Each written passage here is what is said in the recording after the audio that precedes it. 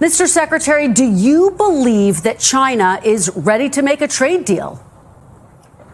Kristen, I can tell you they are, because we just finished 2 days of negotiations, and we've created a framework for the two leaders to discuss on Thursday in Korea.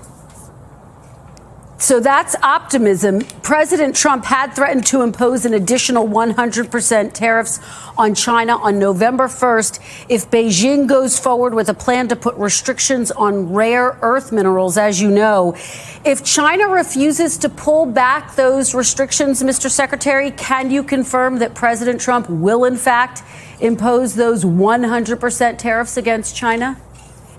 Well, Kristen, I think that's old news. President Trump gave me a great deal of negotiating leverage with the threat of the 100% tariffs on November 1st, and I believe we've reached a very substantial framework that will avoid that and allow us to discuss many other things with the Chinese. I think we will be able to discuss them helping us get this terrible fentanyl crisis under control. I think we are going to be able to discuss substantial soybean and ag purchases for our American farmers.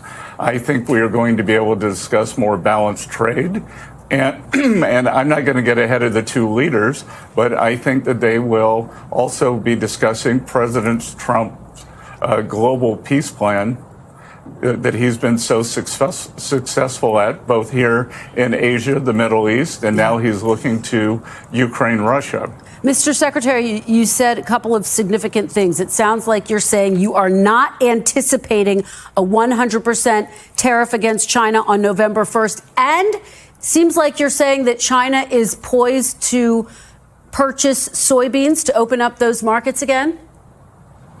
I believe that we have the framework for the two leaders to have a very productive meeting for both sides, and I think it will be fantastic for U.S. citizens, for U.S. farmers, and for our country in general.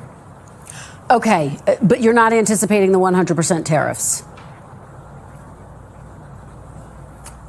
No, I'm not. And I'm also anticipating that we will get some kind of a deferral on the rare earth export controls that the Chinese had discussed. Okay. But again, this will all be, my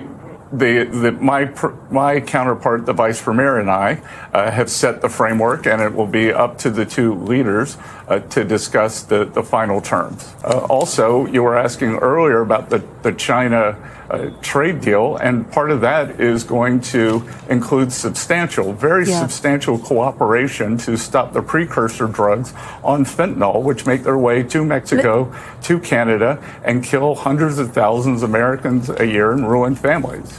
Well, and it's worth noting that the vast majority of fentanyl comes to the U.S. from Mexico.